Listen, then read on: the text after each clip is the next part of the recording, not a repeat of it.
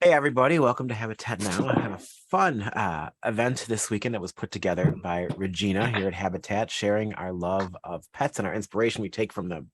But before we get into that, I will take over your screen and do a little PowerPoint presentation of the events coming up and things that are planned here at Habitat, which I'm excited to announce. Basically trying to get everything done. So let's get through that real quick, and I appreciate your patience. So here we go. Um, the show for Total and Sand is currently up online right now. So you can see his work. Every work has 3Ds of all his new OLED pieces. We talked about that about 2 weeks ago. So we've done well with his work recently, and we're honored to have him. And then for the Glass Coast Weekend, mark your calendars. We're putting together an exhibition and a plan for February of 2023. Again, we're partnering with the Imagine Museum. So we're putting together what they're doing with what we're doing and stuff like that. So keep that penciled in. Ferd and Kathy are currently on a vacation, and Ferd's kind of helping us organize the show. We're hoping to make it more spectacular than ever. There is a notification I have to send everybody about the international for next year moving to June, and the details about it. But it's on my computer. If you haven't got it or want to get a copy of it early, just shoot me an email. But basically, the AACG, which is a glass collectors group, is bringing their annual meeting, which they usually do at SOFA, to here in Detroit, so they can participate in our international and participate in GAS this upcoming year. On top of that, there's the Michigan Glass Project, which is the functional show. It's happening. Everything's happening here in June of 2023. Hope to see you all here. Exciting, upcoming October 8th, we have a meet and greet with John Moran. If you haven't seen Blown Away season 3, watch it. Lack of better terms, he did quite well without spoiling it. He'll be here, has a show. He's in town to work on the gas conference, so we figured we'd have a nice fun time. So if you're in the area, come say hi. And then also in October, an exhibition with two lovely ladies, Stephanie Trenchard and Deanna Clayton. Two solo exhibitions that open the same day, October 22nd. They'll both be here for the event. And if you tune in to next week's Zoom, you will also see Deanna Clayton. We're giving a preview of her show. All right, almost done here. The Glass Art Fair opens up October 29th online for VIPs the 27th. All of you are probably invited if you're attending, as this is an artist, and it's a lot of fun to be able to share what we know and love virtually. Third year of doing this show virtually, it keeps getting more excited every year. And with SOFA not happening, it's a great avenue to show what you've been working on. And November, Michael Barron's solo exhibition. He and I are in talks about that. He just got done traveling around Europe and drawing and doing sketches. So it's going to be fun to see him and get him to have an exhibition. So I think that rounds it up. All right. So Regina, I will let you take over. And before I do, I think I have a slide of my cats coming up here. My wife just sent me who's this first? Hi guys, thank you all for joining. I'm Regina. This is my amazing little bunny rabbit, Theodora. And if you can see, I don't know, can they see me, Aaron? More likely, yes. Okay, well, behind me is my adorable rabbit. So I really wanted to showcase our wonderful artists and their furry muses. Considering a lot of work that I've seen was inspired by their animals, their pets, and pets are like families. So, you know, your children can inspire them, so can your animals. So let's take it away here. Whose is this one? So first and foremost, I'm going to make you a co-host. Voila. So Voila. All right, so that's your bunny. So I was going to bring my cats around, but I have two beautiful Bengals that my wife and I own. Oh, one's looking at me right here from across the way. I see her. She's like, is he going to come near me when I use the bathroom? I'm not sure. This is Ayla. She is the brave one. These Bengals are like the smartest things I've ever seen. And she's the one that let you pick her up and pet her. She doesn't care. She's not scaredy cat at all. She's the boss. She likes to explore, get in the garage. This is Nala. She is a little front of the pack. She's the scaredy cat one. She loves my wife and has issues with me as she's staring at me right now. But they're both a lot of fun, and I enjoy time with them when I'm not with the kids. Oh, wow. They are just the smartest cats I've ever had. And they're absolutely just both stunning too. They're both beautiful and soft, and they're best friends. They were from the same litter. I think they had different moms, but who knows? They could be related. But long story short, that's my little soiree. So we can go in before we show Christina Bothwell's pet. I'm gonna stop sharing the screen because I know there's lots of stuff in the room. Where do you want to take it from here, Regina? Let's start with Hannah Gibson. Hannah Gibson, tell us about your baby. I've got two. I've got a Daisy. Who's this one here? Hang on, and then we've got another one. Look at that. That was This- amazing. This is Fucking Margot. thrown at you. They're Oh both- my gosh. Tell They're us, how both- old are they? Great fun. So Daisy's 5 and Margot's 1. So I've always had four-legged friends. I grew up on a farm in North Wales, and we had sheep, we had dogs. My first dog was called Obi, as in Obi-Wan Kenobi, a cat, and so a sheep. And I spent a lot of time walking around, picking up on the beach, picking up glass so the dogs didn't hurt their feet. So always picking up like sea glass and things like that. So like stuff like this, sea glass, and also, you know, taking the dogs out for a walk, and we discovered an old Victorian tip, you know, with the old bottles. So Wow. it was walking with the dogs on the beaches and out and about. Finding glass was my first introduction really to picking up bits of broken glass that then became recycling. But now they're with me all the Wow. time, pretty much 24/7. Same as the lovely Opal Seabrook down there, who's got Dexter, who's an amazing fused glass artist. Very awesome. You can see her work behind her. She's got Dexter. And so we work with our four-legged friends, and the you know, they're always with me cold working. So when I'm cold working, I might cold work for, I don't know, 8-12 hours a day, and they're always there patiently with me. And at midnight or 3 in the morning, when I go check on the kiln, they're, you know, they're the first ones out to go check to make sure that the coast is clear. But they come with me to galleries. They're always with me 24/7 pretty much. So the joy they bring is absolutely enormous. So yeah, Oh, wow. they inspire me all the time. They bring joy. They're great fun. But it's like Morag, your Blue comes to the studio with you, doesn't he? Well, he hasn't yet. Well, he's in my little studio in the shed, but he hasn't been to Dad's yet, so that'll be interesting. He's very full of Yeah, good Morag, ideas. show us your lovely pet. So he's asleep again at the moment. This is show business. What are you doing? You're the star of this show. He's asleep. He was. This is a picture of my old. I don't know if you can see. Oh, it's too dark. Can you see it? Yeah. She was my border terrier. So she was my studio buddy. She was always around. Yeah. Interested in what I was doing. What's your How puppy's did breed? your pet inspire you in any way? Well, I think because I make mice. When I was younger, I had mice as pets. So I think, and I loved, you know, I just love the mischievousness of mice. I think that always, you know, sort of probably in the back of my mind when I'm modeling my mice, I've got that. But just with Poppy, she was just the greatest, cutest. She was very well behaved, but also she, you know, she had a really good character about her. So she would, you know, she would quite happily entertain herself and stuff in the garden and go off. And so I think with my work, I probably definitely use her. I mean, Blue will be a new, you know, a new story because he's a completely different dog. He's bonkers. But yeah, I think with Poppy, she was quite mischievous, really, even though she was very well behaved. But she would just go off and do her own little things and get up to, you know, she'd come out from the garden and she'd have all sorts stuck to her, and you know, you just didn't know what she'd been up to. But yeah. Oh, miss that's her very much. amazing. So cute. And Opal, I see you have a really furry, cuddly bug right there. If you don't mind introducing them. It's Dexter.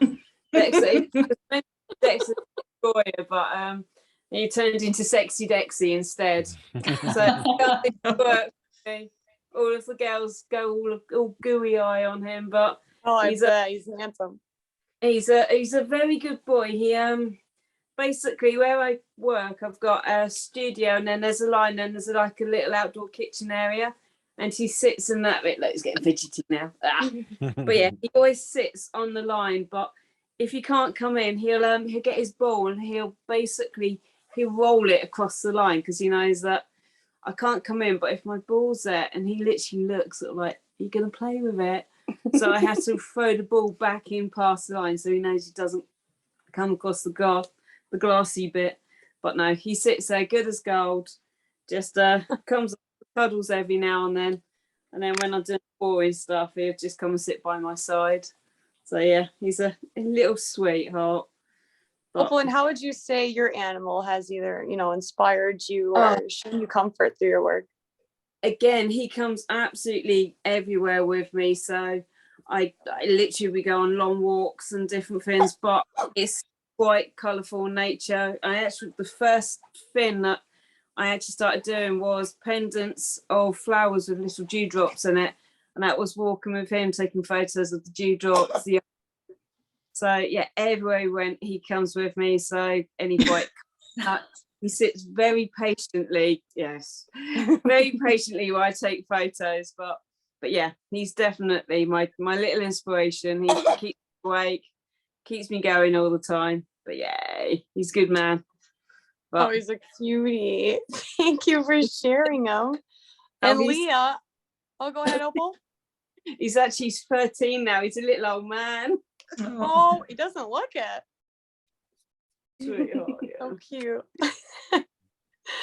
All right, Leah, show us your cutie patootie. Most handsome dog, I tell you. This is Blue. No. That was cool, Blue too. This is also Blue, and he ever since he arrived, he has been very certain that he is the boss of me, and so he's probably been. I mean, I've had dogs all my life. There's pictures of me and dogs since I was 2, and I think even before then, and he's probably one of the most unique dog and the most unique relationship I've had with a dog. And we have kind of a thing for Dalmatians. And so he's our 4th. And he's, as Steve says, he's very peculiar. But he is so obsessed with me that it took some real adjustment to move through the world with this dog, because he insists on being no further than an inch from me at all times. And which literally made me physically move differently, because he's a big dog. And so, as I'm moving around the house and the studio and he's wanting to just be next to me at all times, stopping and turning directions and moving forward quickly, you can't do that. Because he's also constantly blocking me, and to protect me, and so he's really funny that way. He's also a total kook, because living with Dalmatians is like living with a cartoon, literally. And so he's been really really an interesting dog. Normally we have 2, but we realized after his grandma, our other Dalmatian Lola, went on about her business, he's much better alone, because he's so obsessed with me. He doesn't really want to share, and he's much happier, much nicer, much better if he's pretty much got me all to himself. And Steve's a nice guy in his mind, and he'll do if I'm not around. But it's just all about me, and sort of dealing with that kind of relationship and that kind of obsession from another living creature makes me think. I think a lot about what that feels like to me, and what that you talk about inspiration, and he inspires in me just this thinking about relationships, which applies to, Steve and I think about that. A lot of our work has to do with relationships anyway. And, it's no more than an inch extension to the dog. And that relationship, what it means, how I feel about, being needed so much and obsessed with, not entirely comfortable, to tell you the truth. I like a little more independence, but he's just a very interesting, peculiar Dalmatian. And that's saying something, because Dalmatians are rather peculiar anyway. And so he's the boss of me. Thank you so much for sharing. Blue is just the cutest boy. Yeah, he is attached to your hip. He wouldn't leave you alone. Right there, looking right at me. Like, first of all, why are you sitting on the floor? He wants to know. He's like, I hear my name. Are you talking about me, Mom? God. All right. We have a special treat with Christina Bothwell and Robert Bender. We have a presentation with all of their beautiful animal creatures. If you guys continue recording. Did you guys want to run the presentation or did you want me to? It's up to you guys. You better run those pictures because Okay. we have sort of we keep getting a message we have an unstable. Sure. You know, All right. Let me so- take over the Anyway, screen again. This is Lucy, wow. our beauty. She's beautiful. Beautiful, right? She really is. She's very low maintenance. We don't actually hold her a lot. We used to all the time, and then we read some things about, parasites and such. So we don't snuggle her as often, and sometimes if you fall asleep when you're snuggling, she can disappear for weeks at a time, which is extremely nerve-wracking. And then I always feel like a terrible pet owner because she disappeared for 6 months once, and I was sure she had died in the walls of the house. And then it was a really hot summer day, and I had just taken a shower, and I went into the bathroom, and it looked like somebody had washed a brown t-shirt by hand and wrung it out and left it all like, wrung out on the bottom of the bathtub. And I was like, oh my gosh, there's a reptile in our bathtub. And I called Robert. We didn't realize that she I have to say, I have to take over the story at this point because that was like the most startled I had been. Like, honey, she didn't warn me. She said, honey, come here, come look in the bathtub. I thought one of the cats had vomited or defecated or something like that. And when I saw that snake, I literally like jumped out of my skin because I didn't know it was our snake. I just thought it was like some giant snake, and it just had this archetypal, like our old reptilian brain. That's like Poor Lucy. That fear. It was so shocking, but it is kind of cool that you have a pet, but it's really a pet that can survive under amazing, How often do neglect. these snakes shed their skin? Does that like happen often or once a lifetime or what? Once a month, Oh about wow. yeah. And they eat, well, ball pythons eat like once a week during the summer months, and then for 6 months they go into not recession, hibernation, and then they don't eat. And then I have many evenings where I'm hanging a thawed rat and like basically praying, please Lucy, just eat, because for a long time I didn't know she'd survive 6 months without food, but she can. So, and this is George, this is Georgina. and I did not pick her up. She voluntarily jumped up on my lap, which is very sweet. Oh. We have seven cats, which I know is a little over the top, but we rescued some cats, and then the animal rescue place said that they would take them, but they had to be 12 weeks old. And after 3 months, I got strangely controlling about who would adopt the cats. Well, let's kick into your presentation, guys, so we can see what's going on. Cats. Let's kick in. So I just put that picture there. So this is one of them. That's Bob. You met Bob earlier. Isn't he so handsome? He's a handsome boy. Beautiful eyes. Robert said that I'm only attracted to to my animals.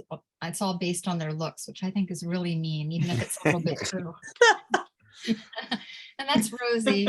We had to put her down a couple months ago, but she was a doll. And I just finished this piece because we put Rosie down a couple months ago, and I made this piece about grieving the loss of a pet. And because I'd heard the psychic Thomas John, who's a clairvoyant, he said, I heard him say that often when he sees people walking down the streets, they're followed by their spirit dogs, like the dogs that have passed on still stay with them. So I wanted to do a piece where here the girl is grieving over her dog, but she doesn't realize he's still with her in spirit right behind her. Oh. And then this is also about Rosie. This is called Escorting Rosie to the Heavenly Realm. Because when we were putting her down, I thought, wouldn't it be great if we could just cross over with her? If we could just cross over to make sure they get there safely and then go back. So I wanted to kind of figure out how to show that. So that's Rosie on the bottom, and that's Piggy on the left. Not Cinders. Ori for Oreo. Yeah. So we're down to one now. That's the first dog sculpture I ever made. First sculpture I ever made out of clay. That's Piggy. Did one of your dogs inspire the first one that you made? Yeah, that was probably our dog Cinders, but that piece is like 25 years old now. So Wow. so that one's not around anymore. But Piggy's inspired a lot of sculptures, and that's one of them. You can go through these pretty quick because I have a lot of slides. That was inspired by Piggy. Piggy. Piggy. lots of sometimes we get a lot of snow, and then to let them pee, you have to, if you don't want them to pee on the porch, you have to make, do some extreme shoveling. So that was one of the, anyway, the dogs, lots of dogs. That's our daughter Violet with Ori. And sometimes they'll just be lying down and I'll get an idea for a piece based on, so Robert and I made this piece together, but it was kind of inspired by our kids lying around on the dogs, even though that isn't a dog, but Yeah. the inspiration was there. We can keep going. This reminds me of my cats. Yeah, we have a very full figured cat too. That was one of my early pieces where I wasn't, at the very beginning when I started doing glass, I wasn't so concerned with how the glass looked really. So they were real rough, but I think that's Sophie with Piggy. And then, so sometimes I'll take pictures of them and I'll say, oh, wait, just lie there like that. Let me grab a picture. And then I'll get, obviously that didn't happen right there, but. And so we had a pet goose, Gosel, for about 25 years. And he was kind of like Leah's dog. When I was outside, he was always right next to me. So I considered him my studio assistant. Did you raise this duck from a duckling, or Yep. how did it work? Yeah. Yep. And I didn't know they lived to be about 40 years old, but he died. Oh. Whoa. Yeah. And so that was, I know it's a little bit mean to be inspired by your goose and then use actual taxidermy from a goose to make a piece, but I think I probably wouldn't have thought. And look, there's the supermodel of the family. So handsome, isn't he handsome? It's called Cat People. And so that's me and Luscious Flower. Luscious Flower is a big boy. And then, so that's kind of like where the ideas come from. I'll see myself or Robert or the kids with one of our animals, and then I'll kind of we have a lot. Are your cats all outdoor cats, or what's No, they're all indoor. They are. Yeah, Wow. we have a lot of coyotes and foxes. And so that's Luscious Flower. Wow. And then we had guinea hens next door. And so the cats loved when the guinea hens would come over. And I just thought that was a cute photo. So I decided to stick that in there. That's Bob and Luscious. And that's Ouija and Rosie. And then that's Ouija. Sometimes I'll do drawings of them when they're lying around. Just,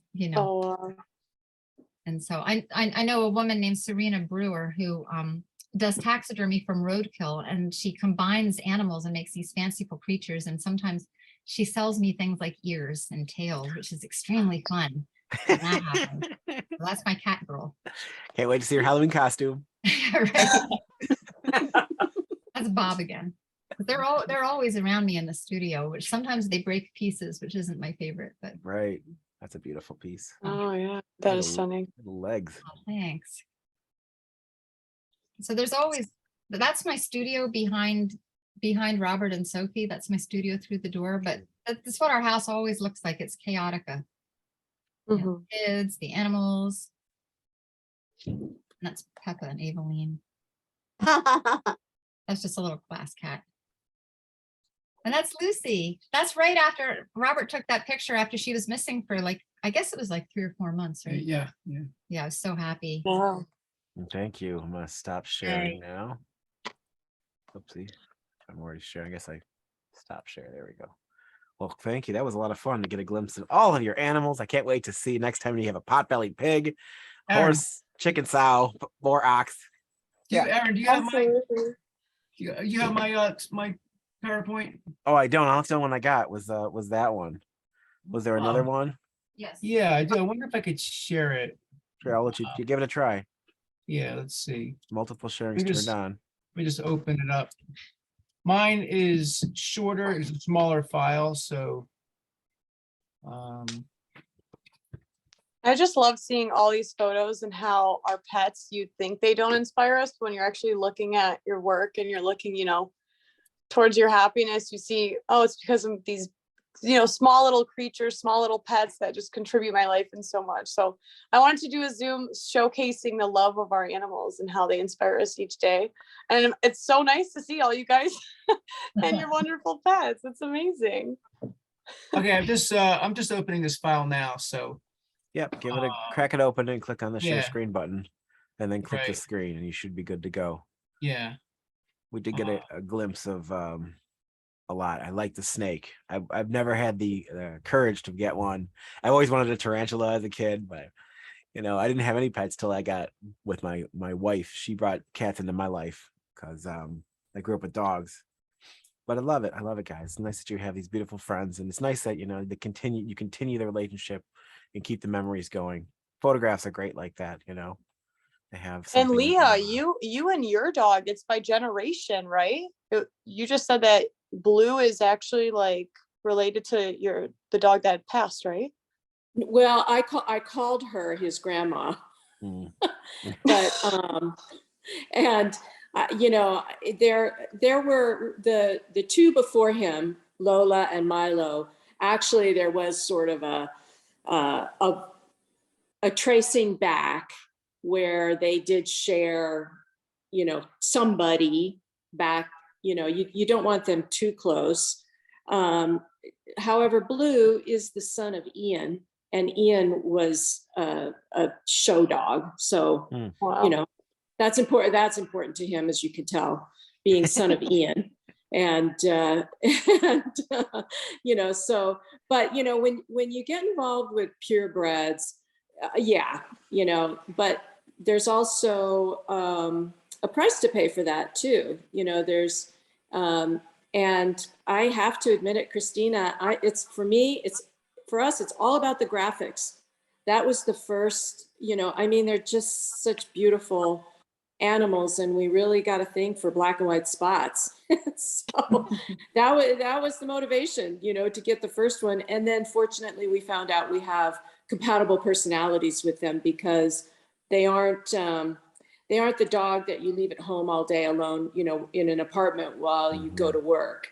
And so because we have, some acreage, and we have time that they can be with us 24/7, because they said they just want to be with you every minute, then they're great. They're fantastic, fun dogs. They can be hell though if they're lonely, bored, they're exuberant. So yeah, there's like you say, Regina, there's likely a generational component. Yeah. That's a good news, bad news kind of situation. You don't want it too close, for sure, from a genetic point of view. But grandma was a metaphor. And unfortunately, Lola wasn't a very good grandma. We thought she would be nicer to him, but she, kind of a cranky grandma. Oh, I have one of those, so I can feel that with them. Yeah. Oh, But it's I just this morning, I think, read a quick little piece about a Manet painting of a collector's dog that is going up for auction. That the estimate is $400,000 to $600,000. Wow. And it was just it caught my attention because it was a great painting. For one thing, it was an amazing, energetic Manet. But the importance of animals in art, starts on the caves, right? Absolutely. Aaron, I think I got it loaded. Can you guys see it? We can see Yes, it. you can. Oh, great. Okay. All right. Yeah, I just have a small amount here, but yeah, we didn't know that Lucy would be up to being filmed live, so we took a picture. There's no narrative going on between Lucy and Luscious there. They're blissfully unaware of each other, which is better that way, probably. Hey, Robert, do you guys keep the snake and the rest of your animals separated usually? No, her cages. The cats sort of are entertained by the snake. They're aware that it's there, but I think they know not to like try to actually engage with her. So I work with I do sketches, pencil sketches, and then I do like these sort of mock-ups using a foam board for my illustrations, and this one's sort of been analyzed, but that's well, since we're talking about Lucy, I cast these pieces, and afterwards I decided, oh, wait a minute, this is not quite as colorful as I had imagined, and so I decided to put like rings of like this is the cast pieces are bullseye, and the colorful rings are blanco, so I mixed it up just to give it some more color. And I think I've always gravitated to pond life, like growing up, even in the suburbs, I always found my way to a local pond and searched for tadpoles and frogs and things like that. And so they show up in my work. And this is the pond near our house, which often runs low, but I wanted to get live pictures of frogs, but like I wasn't fast enough. This season, as we approach the pond, there's like a jump off. Everyone jumps into the water, but I wasn't able to catch that. But so I showed you those foam board pieces. Like this is sort of a mock-up because lately I've been working with cross sections of glass and then combining them. And there it is in glass. And I like polishing it so it's really got good clarity. So because I actually like to see the structure, how I join together with these plexiglass biscuits, and it kind of creates an internal spine. It's sort of part of the interest for me. And I just held this one up just for scale, so you can see it's actually like the size of a large frog. And some of you may know I did children's books for many years before doing glass, and the interest in frogs, is not new for me. This one was published in Korea, I think. It was kind of a fun story about like animals swallowing each other and then growing parts from what they just swallowed, and it kind of works its way up the food chain until like the lion has like all the parts from the crocodile and snake and fish and frog and the beetle. There's one of our cats. That's George. Yeah, as you've heard, we have a lot of cats in our life, and even when Christina and I were dating in New York, like back in the 90s, or the early 90s, I had a cat that I found in the street, and I would bring, when I go visit, when Christina and I were dating, I would bring him over to visit and put him in my backpack, and there's a little hole there so he'd stick his head out, and so I carried him around with me. And so yeah, I'm always doing, kind of come back to cats as one of my animals that I gravitate to. There's another one. I gotta ask, how large is the kitty litter for 8 cats? Oh, we have 7. It's not how large it is, it's how many. Gotcha. It's 7 cats. So basically I think we have like 7 litters in the house. And this goose that Christina showed, he had been in our life for about 25 years, it seems, something in that ballpark. And so I did this, having done children's books, I was kind of like interested in doing kind of fairy tale themes, like the goose that laid the golden egg. And I was fond of, I still am fond of this piece, but it's rather fragile since it's got an actual bottle, a commercial bottle in it. Wow. And we do have squirrels that Christina definitely fosters their, tries to nourish them. And a friend of ours gave us this, he concocted this wheel that's got, the spokes and with the corn cobs, and when the squirrels jump up and they grab when they start swinging around it, and it's it's very entertaining to watch. So, but the reason I'm talking about squirrels is I did one recently with that technique, joining chunks of glass together and then grinding and polishing it. I actually even had a pet squirrel when I was a kid, and we had it for a few. Somebody dropped it off for us to take care of, and they never came back for it. And we found out why. It's just, they're difficult to take care of. And my mother would go to work before my brothers and I would go to school. And so one morning the squirrel got loose, and my brother and I, we didn't really know better. We started just chasing him back and forth, and of course that made him really nervous. So finally I got a cushion and I cornered him. I said, Craig, I got the squirrel here. I'm gonna grab him. So I reached down to grab him, and he was so freaked out he bit right through my hand. I picked him up, and it was a mess. And my brother was, at least I was probably about like 7 or something like that, and he had the wherewithal to take me to school to get me some medical attention. But and I think that might be the last one. Let me just see a little more. Oh, it's just another angle. Okay, yeah. So those are some of our pets and influences. We got the right people on the Zoom here for this. The Yeah. Bothwell vendors really brought it home. If you're on animals, that's fantastic, guys. Well, thank you for joining us. Anything else, Regina, you want to add? Our pleasure. Yes, I would love to add. All these amazing artists that we have that are able to create pieces of their animals, for all the art patrons who are watching this on YouTube, as well as our Facebook Live and our replays. If there is an animal that you would love a piece of artwork created, there's so many artists that you're able to collaborate with to create a really unique piece of your fuzzy muse. So if you'd like that, please contact us. I'm sure our amazing artists would love nothing more than create that special piece for you. Thank you guys all for joining. Thank you for, postponing. I'm so sorry that my grandfather died last week. I couldn't join that Zoom, but I'm thankful for you guys, and I'm thankful for all of our fuzzy little muses. Thank you, That's it. Regina. Thank Well, you. be well, everybody. Have a great Thanks for doing weekend. this, Thank you so guys. much. Bye. Bye, guys. This Thanks, will be everybody. Thanks, played on Regina. YouTube, so make sure to share it with your So nice friends. seeing you. Nice seeing you Thanks, guys. Regina. Bye.